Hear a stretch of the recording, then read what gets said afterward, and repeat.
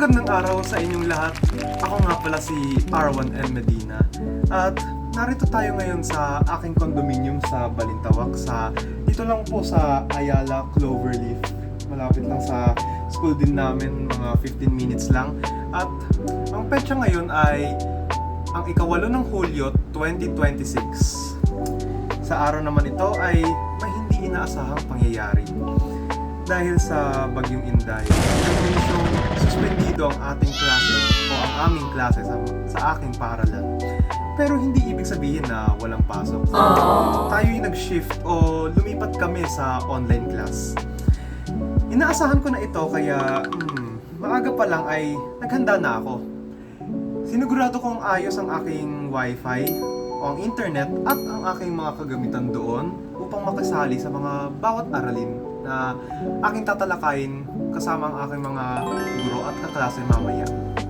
Sa loob ng halos buong umaga at hapon, ako'y nanatili sa loob ng aming condominium at kahit walang guro o technically nandito ang guro sa tapat ng aking screen pero hindi ko siya nakikita sa personal, pero kahit wala ang aking guro sa harap ko, kahit hindi ko din nakikita sa personal ang aking mga kaibigan o mga kaklase, sinisikap ko pa rin makinig at dumalo sa aking mga klase sa itinakdang oras.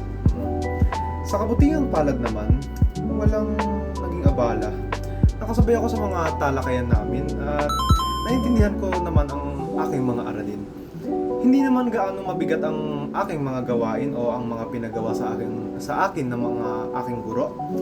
Ngunit masaya pa rin ako dahil nakausap ko pa rin ang aking mga kaklase o ang aking mga kaibigan kahit sa pamamagitan lamang ng screen sa social media. Minsan, tila nakakabagot nga na manatili lamang sa loob ng aking condominium. Ngunit naisip ko, hindi hadlang ang bagyo o distansya upang magpatuloy ang ating pagkatuto at ugnayan sa isa't isa. Kailangan lang nating maging handa at umunawa. Nang matapos naman ang aking lahat ng gawain at ang aking klase, nagpatuloy na lamang ako sa aking karaniwang gawain dito sa condominium. Kakaiba nga ang aking mga gawain dito sa condominium at sa bahay, pero napapagana ko pa rin kahit papaano. Ngayong araw na ito ay wala namang kakaibang naganap o nangyari sa akin o sa halip sa aking pamilya, wala rin. Ngunit kung tatanungin ninyo ako, ano ba ang natutunan ko ngayong araw na ito? Napagtanto ko na sa panahon ngayon, ang mabisang komunikasyon ay umaangkop sa sitwasyon.